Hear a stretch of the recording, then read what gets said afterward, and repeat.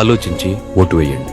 ఈ మధ్య మన ప్రతిపక్ష నాయకులు పవన్ కళ్యాణ్, చంద్రబాబు అదే పనిగా జగన్ని దించేయాలి అని అంటున్నారు. అసలు జగన్ ఎందుకు దించాలి?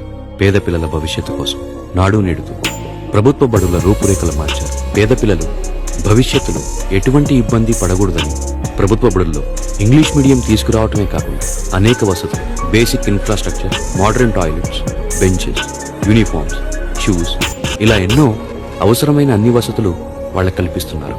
అందుకోసం దించేయాలా?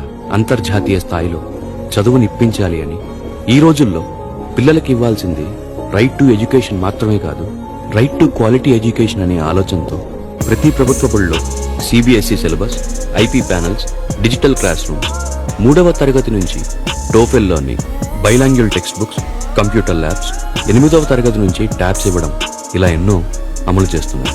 అందుకోసం దించేసి ఎవరిని ఎక్కించాలి? చంద్రబాబు గారిని ఎక్కించాలా? ఎందుకు ఎక్కించాలి? తన 14 ఏళ్ల పాలనలో ఎప్పుడైనా ఒక్క ప్రభుత్వ బడి కోసం ఆయన ఆలోచించారా? విద్య ప్రభుత్వ బాధ్యత కాదు అని చెప్పి విద్యని ప్రైవేట్ వ్యక్తుల చేతుల్లో పెట్టి మన రాష్ట్రంలో ఎన్నో ప్రభుత్వ బడులు మూతపడ్డానికి కారణం ఆయన కాదా? మళ్లీ జగన్ వచ్చాకే కదా గవర్నమెంట్ స్కూల్స్ కి నూతన ఉత్తేజం తీసుకుని వచ్చారు. విలువైన చదువుని పేద పిల్లలకి ఉచితంగా అందిస్తున్నారు. ఇప్పుడు జగన్ని దించేసి